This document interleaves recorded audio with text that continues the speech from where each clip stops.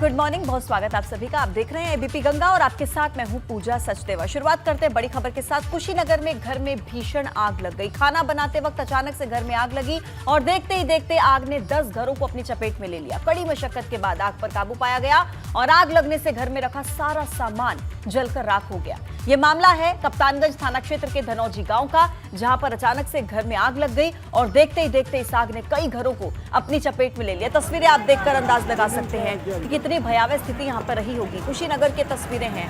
खाना बनाते समय आग का तांडव देखिए, किस तरीके से एक एक कर धू कर जलते घर नजर आ रहे हैं। हालांकि किसी तरीके से लोगों ने अपनी जान बचा ली, लेकिन सारा सामान जो इन घरों में था वो जलकर राख हो चुका है। कड़ी मशक्कत के बाद फायर ब्रिगेड की टीम मौके पर पहुंची, आग पर काबू पाया और ये आग की उठती लपटें ये बयां कर रही हैं कि किस कदर यहाँ पर स्थिति भयावह रही है। खाना बनाते समय ये आग लगने की जानकारी मिल रही है और खाना बनाते वक्त देखिए किस तरीके से आग ने 10 घरों को अपनी चपेट में ले लिया। एक एक कर अलग अलग घर जो साथ साथ बने हुए थे आग की चपेट में आ गए और घर में रखा हुआ सारा सामान जलकर राख हो गया। कुशीनगर की तस्वीरें हैं, देखिए किस तरीके से आग ने इन घरों को तबाह कर दिया।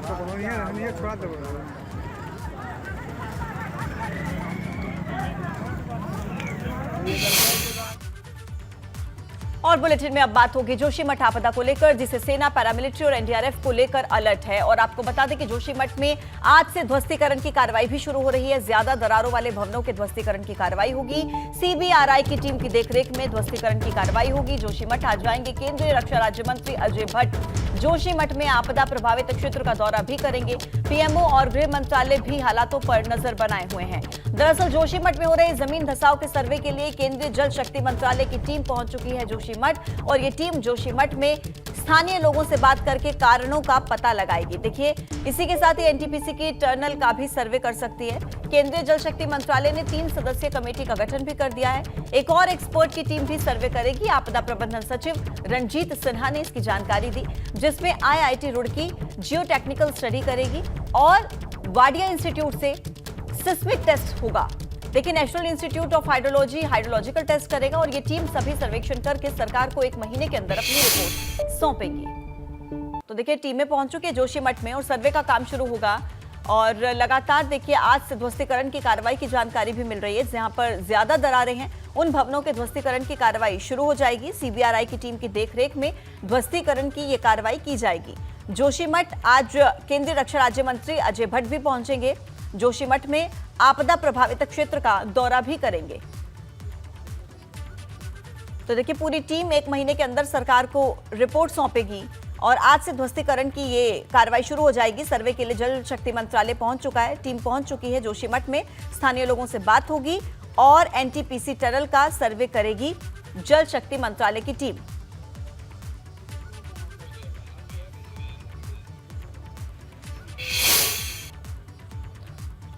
जोशीमठ धंस रहा है, लेकिन बड़ा सवाल यह है कि आखिर क्यों ये हंसता खेलता शहर समाधि बनता जा रहा है। क्योंकि स्थानीय लोगों का यह आरोप है कि एनटीपीसी के हाइड्रो प्रोजेक्ट के लिए खोदी हुई सुरंग की वजह से ये शहर धंसता जा रहा है। हालांकि एनटीपीसी इससे इनकार कर रहा है, लेकिन बड़ा सवाल ये कि सरकार ने 2013 की केदारनाथ बाढ़ और 2021 की ऋषि गंगा बाढ़ से सबक क्यों नहीं लिया।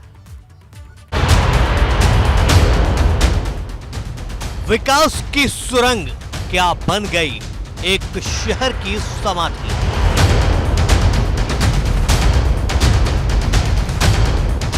फटती दीवार, दरकते मकान, कहां जाए इंसान।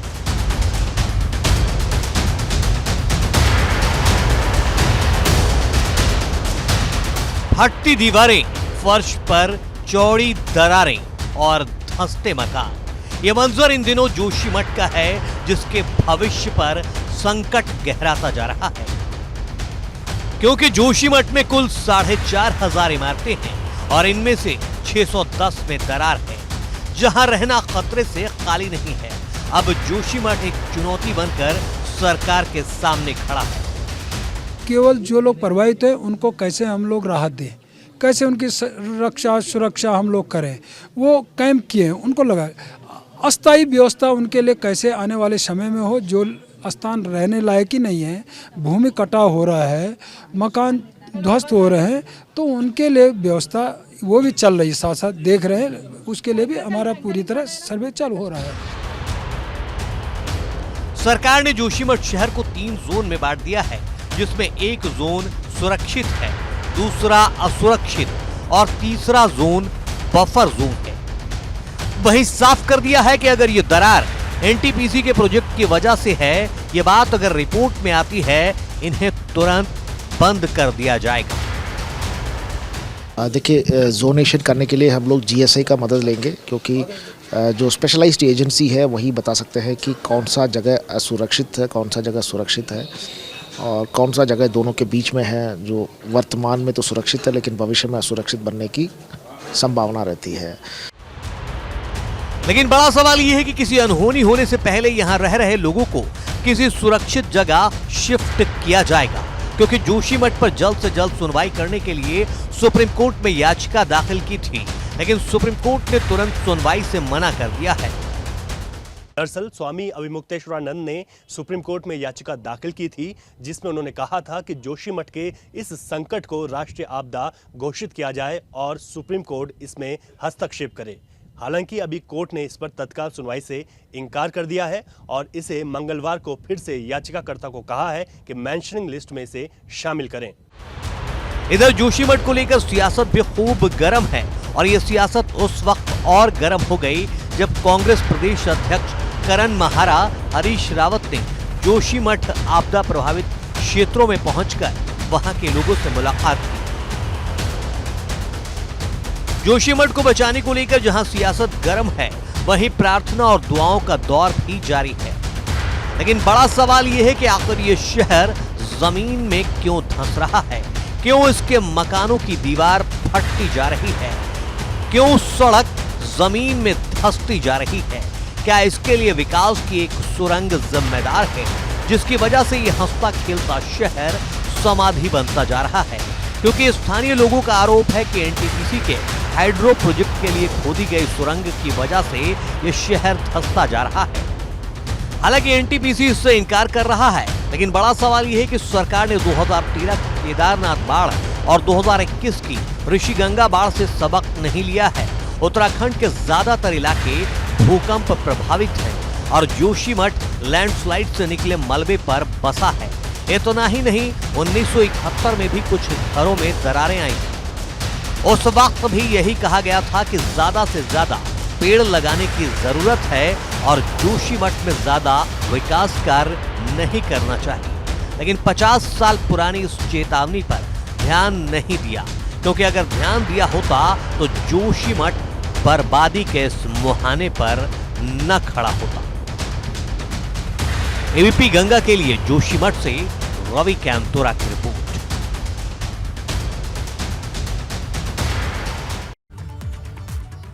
5 एमएलसी सीटों के लिए आज होगा उम्मीदवार का ऐलान। ये बड़ी खबर मिल रही है। भाजपा ने अभी तक उम्मीदवार का ऐलान नहीं किया है। गोरखपुर फैजाबाद सीट पर देवेंद्र सिंह ने नामांकन भरा है और भाजपा के सिटिंग एमएलसी हैं देवेंद्र प्रताप सिंह, जिन्होंने नामांकन भर दिया है।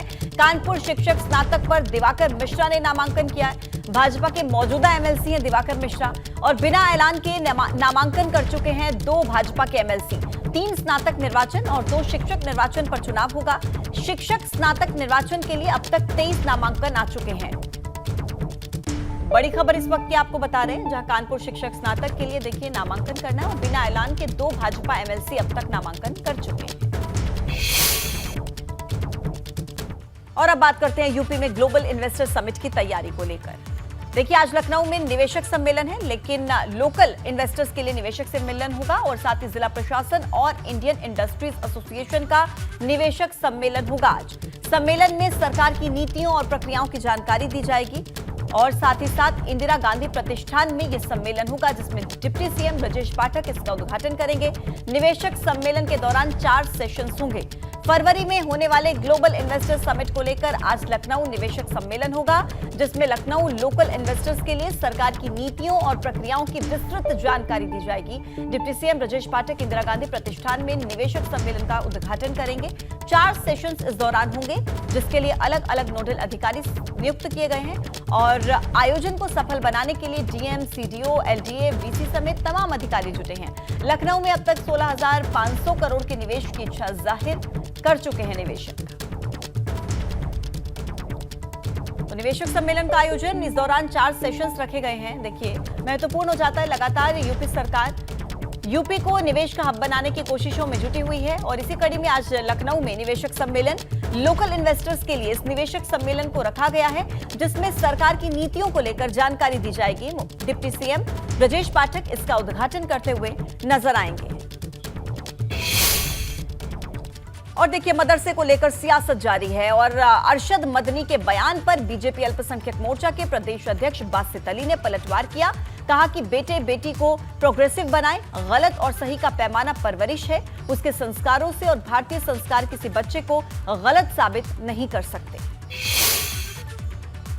को समझना चाहिए कि वो दुनिया के साथ चलें और वो आज के युग के साथ चलें।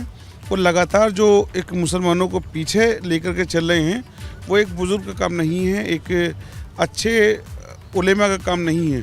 उनको चाहिए कि बच्चों को प्रोग्रेसिव बनाएं, बच्चों को पढ़ाने की ओर ले जाएं। वो लगातार अपने केवल फ़ायदे के लिए बच्चों के भविष्य के खिलवाड़ की बात करते रहते हैं। बड़ी खबर मिल रही है, उसरी चट्टी कांड में मुख्तार अंसारी की आज पेशी है। गाजीपुर एमपी एमएलए कोर्ट में पेशी होगी। मामले में मुख्तार अंसारी की गवाही होगी।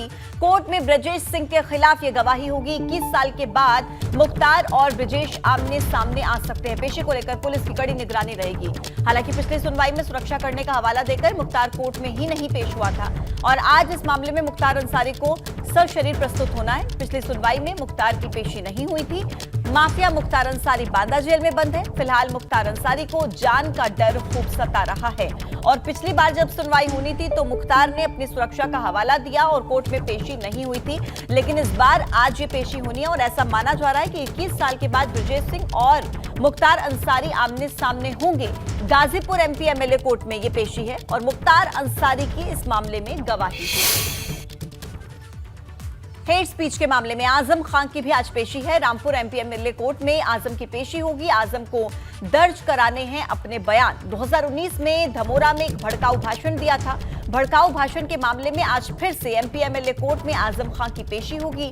कोर्ट में पेश होकर 313 दंड प्रक्रिया संहिता के तहत आजम खान को अपने बयान दर्ज करवाने हैं। 2019 में लोकसभा सामान्य निर्वाचन के दौरान थाना शहजाद नगर के धमोरा में भड़काऊ भाषण दिया था और आज अपना बयान दर्ज करवाने के लिए कोर्ट ने आजम खान को तलब किया है। अब खबर मिल रही है गोंडा से, जहां पर 2 पड़ोसियों में मामूली सी बात को लेकर मारपीट हो गई और जमकर लाठी डंडे चले और यह बताया जा रहा है कि बच्चे के विवाद को लेकर दोनों गुट आपस में भिड़े थे, जिसमें करीब 5 से ज्यादा लोगों के जख्मी होने की जानकारी है, जिन्हें अस्पताल में भर्ती करवा दिया गया है। सोशल मीडिया पर वायरल झगड़े के इस वीडियो को लेकर पुलिस ने शिकायत मिलने पर केस दर्ज किया। जल्द ही आरोपियों पर शिकंजा कसने का दावा भी किया है। ये तस्वीरें आपके सामने है गोंडा की। बताया जा रहा है कि बच्चे को लेकर मामूली सा विवाद था और ये विवाद इस कदर बढ़ गया कि मारपीट शुरू हो गई और लाठी डंडे एक दूसरे पर बरसाते नजर आए।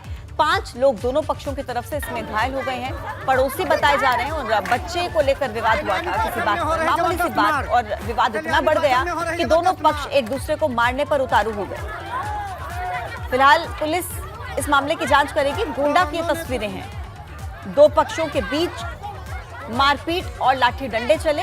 बच्चे की बात को लेकर यह विवाद हुआ था, मामूली सा विवाद जो आपसी बातचीत में सुलझ सकता था, लेकिन यह विवाद इतना बढ़ गया कि दोनों पक्ष एक दूसरे पर वार करने लगे, लाठी डंडे बरसाने लगे। पाठक में हो रही जबरदस्त मार।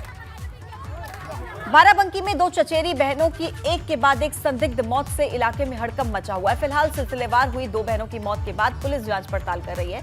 पुलिस की जांच में दोनों बहनों द्वारा जहरीला पदार्थ खाने का मामला प्रथम दृष्टया बताया जा रहा है। जहर खाने के पीछे हालांकि वजह क्या रही, ये सवाल इसको लेकर खड़े हो रहे हैं और पुलिस मामले में जल्द खुलासा करने का दावा कर रही है। 2 चचेरी बहनों की मौत हुई, एक के बाद एक, और कई सवाल, हत्या या फिर आत्महत्या। हालांकि पुलिस ने प्रथम दृष्टया में इसे आत्महत्या करार दिया है। जहर खाकर आत्महत्या करने की बात सही है। हरसोवा के परिजनों के द्वारा रात में सूचना दी गई कि उनकी बेटी की तबीयत खराब हुई थी और उल्टी होने पर हॉस्पिटल इलाज हेतु लाया गया, जहां पे उसकी मृत्यु हो गई है और उसके शव को लेकर के घर जा रहे हैं। और दूसरी बेटी की भी तबीयत खराब है। इस सूचना पर थाना प्रभारी बड्डूपुर तत्काल जो लड़की बीमार थी उसके पास पहुंचे और उनके द्वारा बयान लिया गया, जिसमें उस लड़की द्वारा बताया गया कि दीदी ने भी कुछ खाया था और उन्होंने शाम को बर्तन साफ करते समय अपने ही हाथों से मुझे भी पेठा खिलाया था, और जिसका परिणाम है कि उनकी भी तबीयत खराब है और मैं भी बीमार हूँ। मुजफ्फरनगर जनपद में सोमवार को बहुजन समाजवादी पार्टी की एक मंडल स्तरीय कार्यकर्ता सम्मेलन का आयोजन किया गया, जिसमें प्रदेश अध्यक्ष विश्वनाथ पाल ने कार्यकर्ताओं को संबोधित किया। इस दौरान प्रदेश अध्यक्ष विश्वनाथ पाल ने मीडिया से बात की, कहा कि देश में बहुजन समाज की ही एक पार्टी है, बहुजन समाज पार्टी, और एक ही नेता है बहन जी।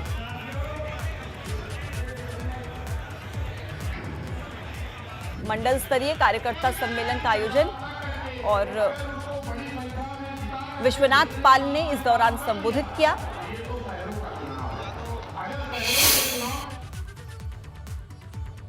बहुजन समाज पार्टी उत्तर प्रदेश की हुकूमत 2007 में पूर्ण बहुमत की बनाई है, तो जो लोग दिल्ली में हुकूमत करते थे उनके सीने में दर्द हो गया। ऐसे लोग तमाम छोटे छोटे दल, पिछड़े और स्वीकार हुए लोगों को बनाने का काम किया है, लेकिन इस देश में एक ही पार्टी बहुजन समाज पार्टी की है, जिसका नाम बहुजन समाज पार्टी है, और एक ही नेता है जिनका नाम बहन जी है। खबर गोरखपुर से है। नौकरी दिलाने के नाम पर धोखाधड़ी का मामला सामने आया। पुलिस ने एक आरोपी को गिरफ्तार कर लिया है। एम्स में नौकरी दिलाने के नाम पर झांसा दिया गया। 17,65,000 रुपए की धोखाधड़ी का मुकदमा दर्ज हुआ है। दरअसल फर्जी दस्तावेजों के आधार पर फर्जी नियुक्ति पत्र सौंपकर 17,65,000 रुपए की धोखाधड़ी का मुकदमा आरोपी के खिलाफ दर्ज किया गया था। पुलिस को आरोपी की कई दिनों से तलाश थी। पुलिस इस मामले में आगे की जांच कर रही है और पता लगाने की कोशिश कर रही है कि आरोपी ने किसी और को तो अपना शिकार इस तरह से नहीं बनाया। देखिए, एम्स में नौकरी दिलाने के नाम पर झांसा, 17,65,000 रुपए का झांसा देकर ये आरोपी फरार बताया जा रहा है और गोरखपुर में नौकरी दिलाने के नाम पर धोखाधड़ी का ये मामला सामने आया। एम्स में नौकरी दिलाने के नाम पर फर्जी डॉक्यूमेंट्स के आधार पर नियुक्ति पत्र देने और उसकी एवज में पैसे हड़पने के आरोप में एक मुकदमा पंजीकृत हुआ था। इसमें आरोपी प्रमोद कुमार को आज पुलिस द्वारा गिरफ्तार किया गया है। और यूपी में देखिए, भाजपा सरकार के खिलाफ राष्ट्रीय लोकदल ने अनोखा विरोध जताया है। यूपी के सभी डाकघर के जरिए सीएम योगी को रालोद कार्यकर्ताओं ने पत्र भेजे। इसी साल गन्ना मूल्य की घोषणा न होने पर रालोद के कार्यकर्ताओं ने किसानों से जुटाए पत्रों को सीएम योगी तक पहुंचाया और किसानों के मुद्दों को उठाया। अभी तक प्रदेश सरकार ने इस साल के गन्ना मूल्य का जो रेट है उसकी घोषणा नहीं की, जिसके बाद राष्ट्रीय लोकदल के जो लोग हैं वो कई दिनों से लगातार एक अभियान चला रहे थे और उन्होंने सभी जो कई गांवों के जो लोग हैं उन सभी से ये चिट्ठियां मंगवाई हैं, इस पर साइन करवाए, दस्तखत करवाए हैं और यहाँ से अब ये चिट्ठियां इस डाक पत्र में डालने के बाद यानी कि मुख्यमंत्री के नाम ये रजिस्ट्री की जा रही है। मंत्री से सभी का अनुरोध है कि जो गन्ने का जो रेट है इस साल का, उस रेट की घोषणा की जाए। ये डाकघर के माध्यम से जो राष्ट्रीय लोकदल के जो लोग हैं आज प्रदेश भर में मुख्यमंत्री के नाम रजिस्ट्रेशन कर रहे हैं और उनका साफ तौर पे ये कहना है कि अगर आप किसी भी दुकान पर कोई भी सामान खरीदने जाते हैं तो सबसे पहले वहाँ पर आपको पैसे देने पड़ते हैं, तो उसका रेट पता होता है। लेकिन ये गन्ना मिल में डाल रहे हैं, लेकिन अभी तक भी इन्हें ये नहीं पता कि इनके गन्ने का इस साल का मूल्य क्या है। गाजियाबाद से एबीपी गंगा के लिए मैं शक्ति सिंह। और चलिए अब बात करते हैं शिवपाल यादव की कृष्ण प्रतिज्ञा की, क्योंकि अखिलेश यादव जहां हमलावर हैं वहीं शिवपाल ने महाभारत के अंदाज में ऐलान कर दिया कि वो 99 गलती माफ करेंगे, लेकिन अगर 100 गलती की तो बर्दाश्त नहीं होगी। मतलब शिवपाल को भी बहू डिंपल पर की गई ऋचा राजपूत की टिप्पणी बुरी तरह से चुभ गई है। लेकिन बड़ा सवाल यह है कि सपा के ट्विटर हैंडल चलाने वाले मनीष अग्रवाल की रिहाई के बाद क्या ये लड़ाई रुकेगी?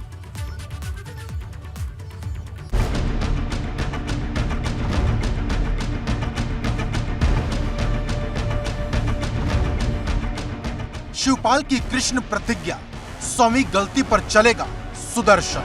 99 बार तक देख रहे हैं, 99 बार तक, और 99 जैसी बार होगा वैसी बर्दाश्त नहीं कर।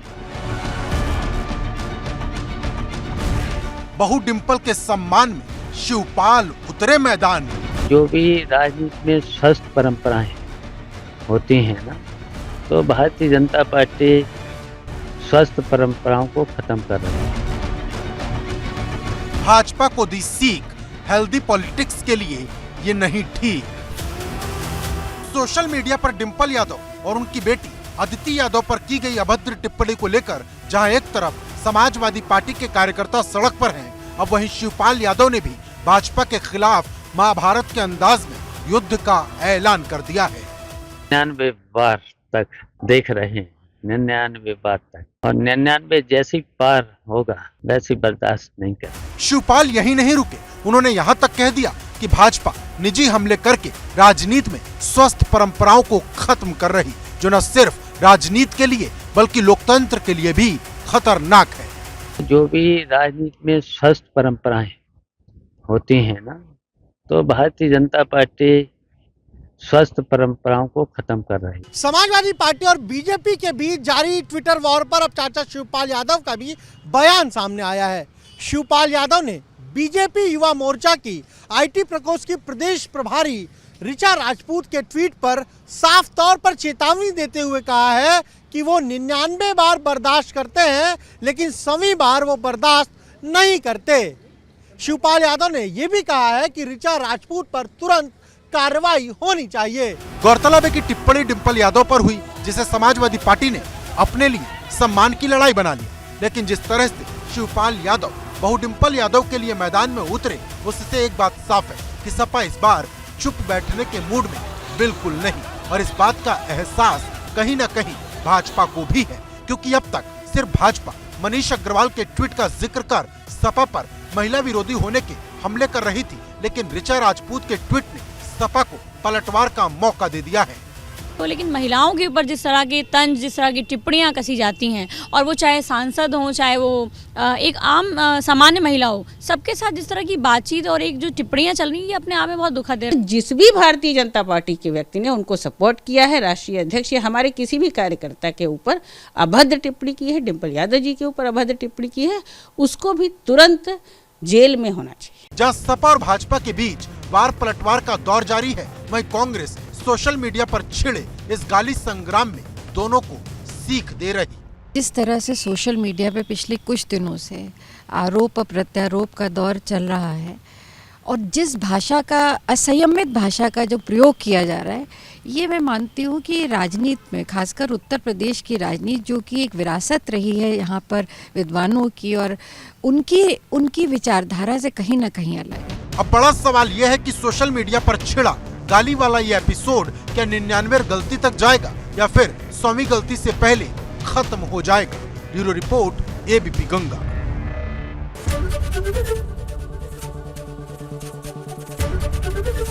एबीपी गंगा, खबर आपकी, जुबान आपकी।